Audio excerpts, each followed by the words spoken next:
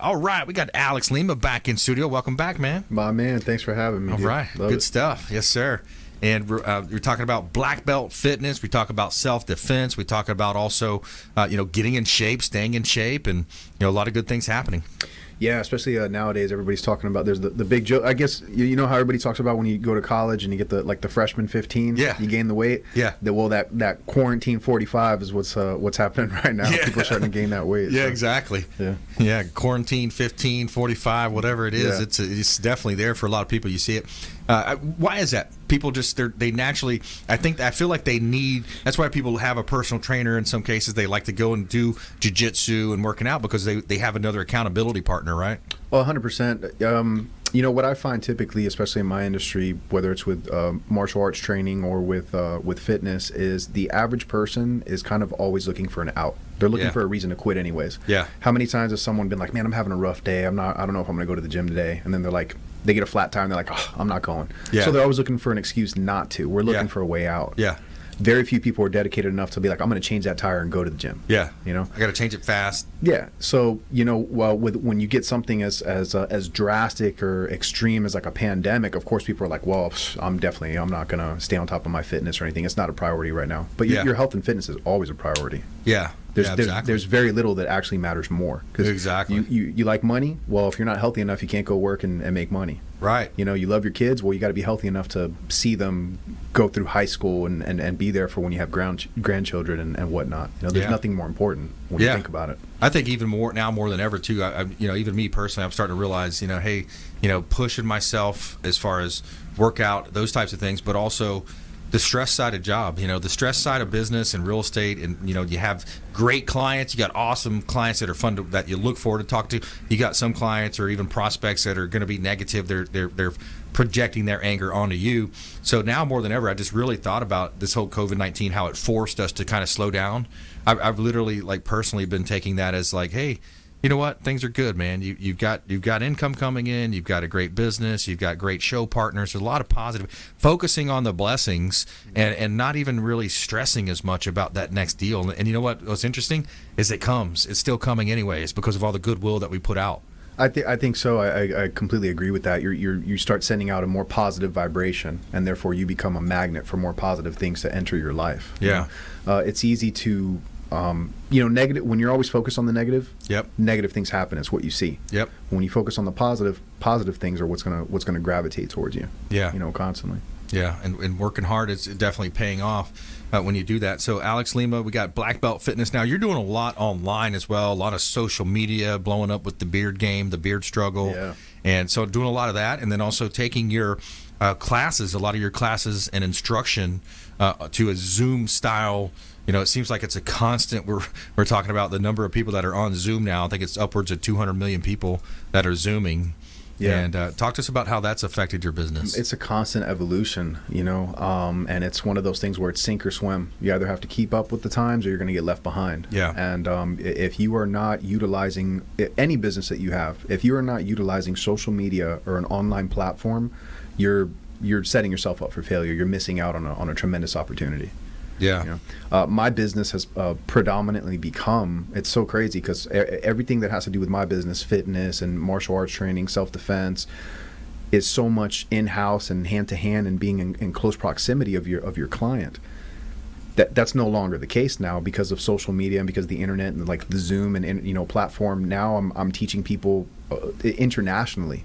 Yeah. And I never anticipated it was going to happen. So, it's crazy about focusing on the positive things because it's easy with COVID and everything that's happened economically and with people to focus on the negativity and all the bad things going on. But there's a lot of positive things going on as well, like the evolution of how we reach clients and are able to interact with people now. Yeah, absolutely, man. That World Wide Web has really changed the game. Finally, we're using it for something positive instead of just like stupid memes and stuff. Yeah. Yeah, that's right. Black Belt Fitness and Martial Arts Club. Thomas King introduced us. Thomas was just on yesterday's show. He brought in Danny Alvarez as well, running for circuit court judge. And Thomas King, what a great networker. He said he's been slammed. People are more than ever worried about their safety. They're worried about defending their family, self-defense, the Second Amendment, buying guns, having concealed permit.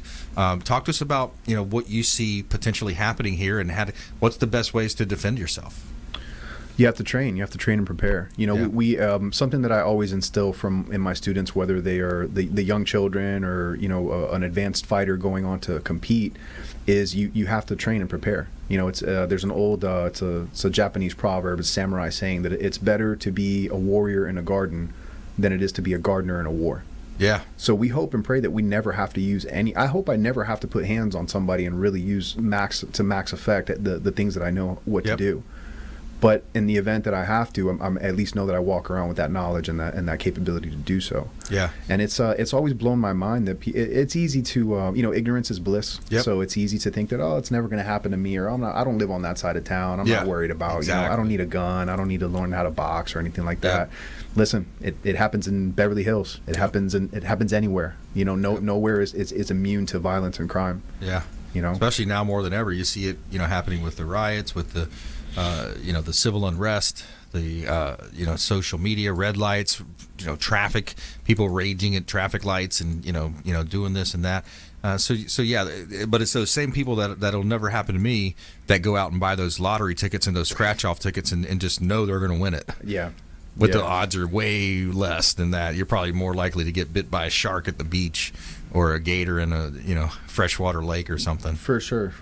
Preparation is key, though. What we were talking about, preparation is key. You need to get out there and make yourself comfortable with a firearm. I think the big stigma that people that are anti-firearm and self-defense training is they're apprehensive about it. They're afraid of violence. They think that gun is going to go off in their house, or they don't want to have their kid learning how to choke people because they think their kid is just going to run around choking people. And it's not the case. It's like having a pit bull is not a bad breed. Mm-hmm. It's how they're raised. So you can have the most loving dog on the planet. Yeah. It's all how you utilize that what's in your house, whether it's your self-defense training or your firearm. Yeah.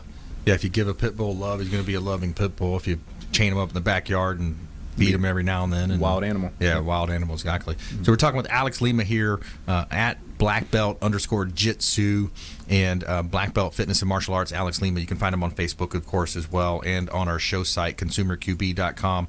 And you offer, let's be clear, you're offering personal training, you're offering different types of Zoom. Can people come and meet with you at your dojo, or is it still COVID-19 rules in effect? What's going on right now? So clients that have been with me for a while, I have no issues with them coming in and training and stuff in-house with me. Just like everyone else, a new client coming in, we're taking precautions, mm-hmm. as you should be. Whether you're super concerned with COVID or not, you should still be taking precautions. I want to know if a new client has been sick, has been exposed to people that are sick, and then explain to them, the hygienic habits of coming to train. But right now, like I said, predominantly my business has gone to the online format. And then as far as small groups go, that's still being worked out. But one-on-one personal training is still absolutely available. Yeah. I know I had a great time training with you last week, and just to refresh on some of those, the different positions. So we were going over the different guard positions, and and it's all strategy. I love how you explained how jiu-jitsu came about. It's to give the smaller, what was it, the Hoist Gracie brother, one of the smaller Gracie brothers, to give him the technique to beat his older brothers, or even a stranger, by using technique, right? Yeah, absolutely. Essentially, what happened is like the runt of the litter was getting smashed by the bigger animals. Yep. And was like, well, I can't win this power battle, right? But what I can win is the leverage and technique battle, the strategy battle. Yeah. And that's how it came about. Yeah. So it's all about controlling that person, having understanding what the next move is, being able to be fluid with those moves, understanding. And again, it goes back to training. You got to train to be able to succeed in those situations. I love Chris Voss he's former FBI hostage negotiator, great book. And in his book, he has a great quote, something to the effect that in times of difficulty or challenges, or let's say somebody pulls a gun or somebody's threatening to kick your we don't rise to the occasion, we fall to our greatest level of preparation. Yeah, you'll always default to your level of training. Yeah, always. Especially when things start happening, that adrenaline's going up. You have that. That's almost like, it almost feels like the Incredible Hulk. Remember that show? And then boom! Oh wow! You just kind of lose a little bit of focus on the minor details, but you just know that you have to go. You have to do what you have to do. So you follow that greatest level of preparation. Yeah, as long as your body has prepared and the muscle memory is there. But that also goes to being consistent with your training as well. You can't just take like a 3-week self-defense course and think you are capable of defending yourself. Right. Like you need to keep preparing your body for combat so that you can be that warrior in the garden. Yeah, it's like Keller Williams. A lot of training, a lot of phone training, a lot of contract training, a lot of the different types of training. Listing side, buyer side. You've got to constantly train to get better, sharpen the saw. I like this shirt. The motto: "Iron sharpens iron." I love it. Yeah, man. All right, more from we got Alex Lima here in studio. More from Alex coming up. We're going to talk about maybe the top 3 or 4 misnomers that people have about self-defense, and also training misnomers here on the Consumer Quarterback Show. Plus our feel-good story of the day: pastor gets ice cream truck to celebrate birthday, hands out hundreds of free treats. Stay with us. Consumer Quarterback Show, ConsumerQB.com. This is Chris Voss, former FBI lead hostage negotiator and owner of the Black Swan Group, and you're listening to Consumer Quarterback Show, hosted by my friend Brandon Rhymes. To get in touch with Brandon, call 813-670-7372. Online at ConsumerQB.com. You're listening to the Consumer Quarterback, Brandon Rhymes, cutting through your typical media nonsense and offering you a rational and unbiased perspective on current events and life in Tampa Bay. Online at ConsumerQB.com. All right, welcome back. Thanks for sticking with us. Brandon Rhymes here. I'm your host of the show, Consumer Quarterback Show, powered by the Platinum MVP team, Keller Williams Realty. We buy houses cash. We can make instant, fast cash offers on your properties and close quickly. Keller Offers is a great program that we have for that. So if you know somebody, we'd love to talk to you. Brothers Easy Moving, the official moving partner of the Consumer Quarterback Show. Reach out to Brothers Easy Moving. Let them know the real estate quarterback sent you. Whether you're planning a local move, long distance move, they offer packing, junk hauling, and even office moves as well. Brothers Easy Moving, the official moving partner of the Consumer Quarterback Show. All right, a couple of hot listings here for this segment. 422 Wildwood Way in Bel Air. This is in Pinellas County, one of the most highly sought-after counties, of course, in Tampa Bay. And it's a 2-story home, beautiful property, surrounded by pro-style golf courses, just minutes to the beach. Check out 422 Wildwood Way, and a great opportunity to buy real estate here in Tampa Bay. 516 Alt 19 in Palm Harbor. Vacant land. Build your dream office right here in the downtown area of Palm Harbor. Alternate 19, 516 Alt 19 Palm Harbor. The owner has $40,000 worth of plans that are already approved. Water and sewer are connected. Impact fees have been paid. Great opportunity in Palm Harbor. Check out all of our listings at PlatinumMVPTeam.kw.com.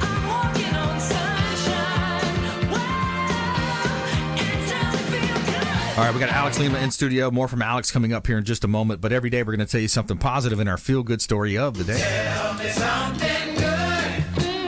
All right, so here's a pastor that celebrated his 73rd birthday by driving an ice cream truck and handing out free treats on a hot summer day.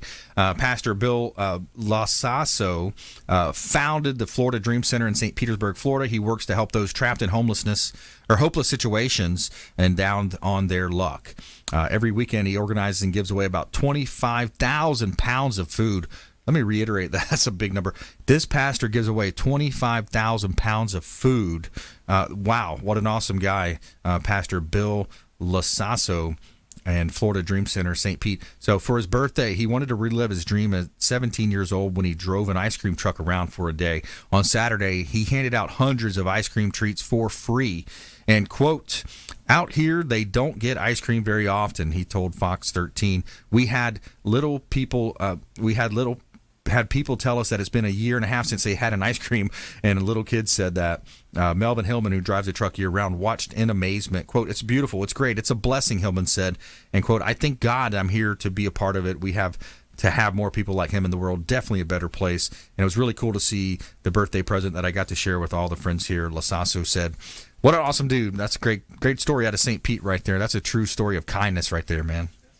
Why don't we see more of that? Exactly. You know? Why doesn't the mainstream media promote more of that? Exactly. I want to see that when I turn on the TV. Yeah, you know? definitely need more of that, man. And you see some of these stories like Sheriff Grady Judd out of Polk County last week. I saw this Little League president, and then his wife was the treasurer, stole $7,000 from a Little League kid. Little League organization. Yeah, it's crazy. Yeah, you see it. But part of it out there. There's bad people out there. There's good people. There's good cops, bad cops. You see it, and unfortunately, it's like the motivation is political, whatever it is. But you see that in the mainstream media a lot of times. They're writing these headlines that are catchy. It's all about clickbait, getting the clicks and all that good stuff. It's to play more towards an agenda or one side, for sure. Yeah. That's exactly right. Mm-hmm. So Alex Lima, Black Belt Fitness and Martial Arts Club here in studio. Man, we've had some good combos on the show. We've talked about Ken Shamrock. We've had some really cool stories. We've talked about Ronda Rousey. What's on your mind today? Well, since we were on the topic of self-defense today, the last Friday of this month, June 26th, at 6:30 p.m. Florida boy time, because I'm a Florida boy, right? Yeah. I'm doing a completely free online self-defense seminar through Zoom. I don't care what part of the country or the world you live in. If you train at another gym or facility, whatever it is, you get to train completely for free. There's no strings attached. It's not a sales pitch. I just, with all the craziness going on in the world, I just want some people to have a little bit of some guidelines and maybe protocols they can follow in a self-defense situation. I'm limiting that to 50 people. I can have 1,000 people on there if I wanted to, but I'm limiting it to 50 people because when I'm done going through the curriculum that I want to teach, I'm going to answer one question from each person and make sure that they walk away knowing what it is that they want to know. Last Friday of the month? June 26th, last Friday of this month, correct. June 26th. Mm-hmm. Okay. @BlackBelt_Jitsu is the handle as well, @BlackBelt_Jitsu. All right, top 4 misnomers about training. Even self-defense, Yeah, I think one of the like biggest questions I get from people is there one style? Like, what's the best style to learn in order to defend yourself? Karate, judo, right? Is it should you learn kickboxing? Should you learn how to box or there is no one style. There's different things that are going to be appropriate for different situations. That would be like saying that when it comes to a war, like in the military, that like the 9mm handgun, your pistol is the end all be all for every combat situation. Right. It's not. Sometimes you need a long gun. Sometimes you need close quarter combat. Same thing with a self-defense or mixed martial arts situation. Sometimes you're going to need long range weapons like your kicking and your footwork and your distance. Sometimes you're going to have to get in close, so you're going to have to learn how to box and use your clinch work. Yep. And then sometimes you're going to, more often than not, you're going to be in a grappling exchange, and you're going to have to know how to dominate that grappling exchange, whether it be to take the person down or to prevent them from striking you or getting to their weapon. Yeah. Yeah, kicks are good as well. Those kicks to keep different distance. Try to use your feet, your kicks, and it's funny too. You see some of those videos that circulate on Facebook, and you see these people coming up, and the guy all of a sudden hits them with a spin kick, and like boom, they're on the ground. Yeah, some of the different things that you've seen there. All right, so that's one. Give me another one. The other thing, touching on what's online. Not everything that's online is good information. Right. So be like anything else, be cautious of who your sources are for knowledge. Yeah. So don't just, a guy may look cool, hitting pads or something on YouTube or whatever medium you're watching them on, but that doesn't mean that guy knows jack about like actually defending yourself or a fight situation. Good point. All right, we're talking with Alex Lima, Black Belt Fitness and Martial Arts, top 4 misnomers about training and martial arts. Yeah, the other thing would be don't swing one way or the other when it comes to because another thing that happens is people are like, well, I would just shoot a guy. I just need my firearm. Right. Well, you can't think like that. Otherwise, it would be the Wild West, and we'd all be shooting each other every day. Right. So you need both. Because in the event a firearm in the right hands is the definitive answer to a self-defense situation in the right scenario. Right. But in the event that you miss, you cannot get to your firearm. There's a malfunction or something. You better have another answer. So you need to have self-defense. Right. And self-defense cannot be the only answer because in a situation where I got 8 guys, listen, I'm pretty good. All right. I'm not going to do very well against 8 guys. Right. It's not like the movie with Jackie Chan and Chris Tucker where they're like, kick, no, spin and kick. Yeah. All that stuff is designed for a movie to look cool. Of course, it's to look good. It's for show. It's smoke and mirrors. Yeah. And that would probably be the other thing. Don't think that, there's some styles that they train like this, this one hit, one kill. Listen, I've been in both street scenarios and I fought in high-level competition. it's rare that you just stone a guy one time and then he drops. The fight Right. is going to continue. So make Right. sure your endurance and your fitness level is up to par so Yeah. that you can hang in this fight for as long as it needs to be. Yeah, Or if you got to exactly. take off running, because that's always going to be one of the best answers. Yeah, escape. These days, we talked about it before. It just feels like almost everybody's going to have a gun or some kind of weapon. So even if you think, all right, you want to do this, you're walking into a football game. This person's a Hurricane fan. This person's a whatever fan. You see that dynamic play out, and all right, fine, let's do it. Then you never know, because you get into a physical fight, fight with somebody. Is the friend going to jump in, kick you in the head, pull a gun? It's just not worth it. It's not. It really isn't. And also, that's another thing, and that's something I used to suffer from, is you are delusional if you think that someone's going to fight fair. Exactly. Just because I'm a martial artist and I like to fight within the rule set doesn't mean that, listen, even in high-level competitions, some dirty stuff, what happens in football? The guy sticks the scratches your eye under the helmet when you're in the steps pile. on your hand. Dirty stuff happens all the time, man. So in the street, forget about it. Where is it? What is it? Is it Seattle, Washington, or one of the states where you can actually fight? You can tell a cop, hey, listen, me and him are going to fight. You just watch. Right. Yeah. So that's called a mutual combat state. There's a couple of them, and basically you can settle your beef in a street fight, and neither one of you goes to jail as long as you fight within a rule set. So you can actually have a police officer there. He'll essentially be the referee, and he'll stand there, and he'll just make sure that you guys aren't going to kill each other. There's no weapons. Yep. And then as soon as a guy is knocked out or put out, or he says, I'm done, Yeah. the fight is over. It's a fair fight, and then that's it. You go home, and you don't overpopulate the jails just because two guys were heated for 20 minutes or so. Wow, interesting. And now also the executive order has been signed, I believe, by Trump. Police officers can't choke out an assailant or somebody that's they're trying to basically arrest for law. That's going to make it difficult. It's going to make it challenging. Yeah, I don't know about that, because sometimes because I've worked as a first responder as well, obviously, and there are some times where you need some high level control tactics. Yep. Grant, obviously the situation we're referring to, that was not a choke. Like that was crazy, stupid. That was Nobody stupid. agreed It was with that. disgusting. Nobody agrees with that all over the place. And Right. I'm not saying that every person that's a first responder should be like a black belt in jiu-jitsu or whatever. Right. But you need some sort of training so you know how to properly restrain somebody. Yeah, absolutely. All right, hey, another great show. Chuck Peterson, Suncoast Roofing, Linda Ward, Gulfside Healthcare Services, Alex Lima as well, and another great show. Thanks, Alex. We appreciate you coming in. Pleasure. Dropping those knowledge nuggets for us, and we want you to please go out there and consider committing a random act of kindness. Do something kind for one another. Volunteer for Habitat for Humanity, work done charities. Lots of ways to be a force for good in the community. We'll see you next time. ConsumerQB.com. You've been listening to The Consumer Quarterback, Brandon Rhymes. Whether it's real estate, consumer, or financial advice, let Brandon call your next play. Contact Brandon Rhymes at 813-670-7372. That's 813-670-7372. Online at consumerqb.com. And join us next time